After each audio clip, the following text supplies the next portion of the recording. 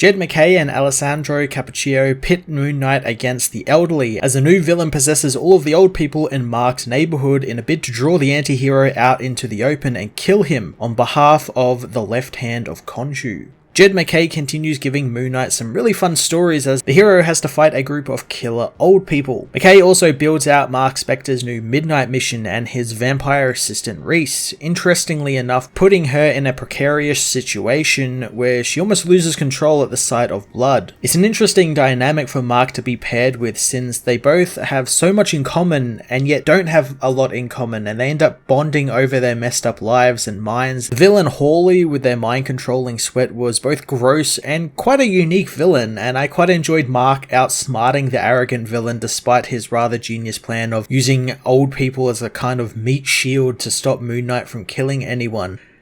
Alessandro Cappuccio's artwork continues to be really fantastic and really play into Moon Knight's aesthetics really well, especially the final few pages with the Mayan battle with Hawley, which were just so beautifully horrifying with great use of the white colour and the bluish green moonlight colour Alessandro and his team use that gives him this sort of ethereal look and sort of a spectral look, which looks really cool. Moon Knight issue 2 was another really pleasing issue that further expanded Marc Spector's new direction, fleshing out his office relationships, touching on the many facets of the Moon Knight character, and introducing some fun, gross new villains. I'm going to give this issue a 9 out of 10.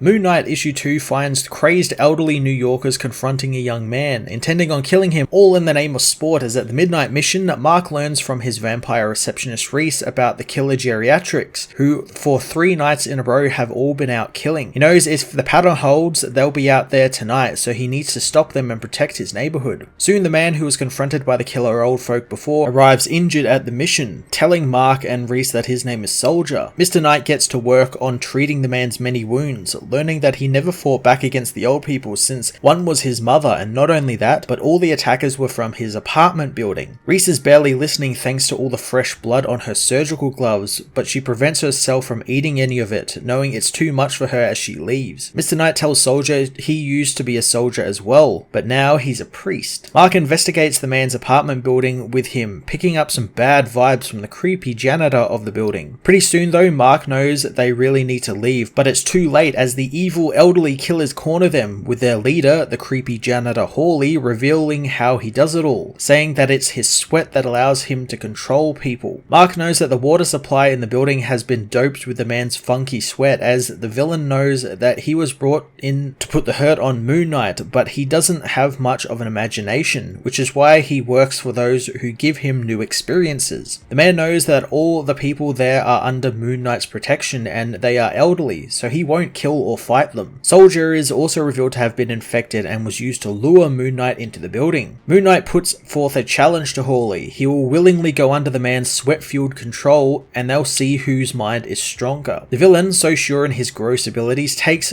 Marc up on the challenge, putting some of his sweat on one of Moon Knight's weapons, which Marc slurps up, not wanting to show the villain something as boring as a dissociative identity disorder, but something new and creative. The villain is sucked in by Marc's powerful mind, drowning in the black tar Marc's mind is filled with, until he sees a moon, which he claws his way towards. A spectral Marc tells the man that early men on the world were terrified of the moon and worshipped it, and his mind is the cold fire of the moon. The moon turns into Moon Knight as he demands Hawley come and worship at his temple. The man is wrapped in bandages, mummified alive, and added to his pocket where Moon Knight keeps Lockley, Grant, and Spectre, with the beings say that they were once his scars, but now they are his weapons. Marc returns to the real world, having freed all of the old people and turned Hawley into a drooling, moon-babbling vegetable. Upon returning to his office, he finds Reese has come back along with Terry, whom he sends away to get some one-on-one time with his assistant, apologizing for having to put her in a position where blood was present. Reese doesn't expect him to understand the feeling she gets when she smells blood, but he does, since he knows what it's like to be fundamentally changed into something you don't fully comprehend. As he doles out some of his half-crazy, half-sage wisdom to Reese, the mission's office is spied on by the left hand of Khonshu, who knows that they need to get back to the drawing board and find a way to kill Moon Knight.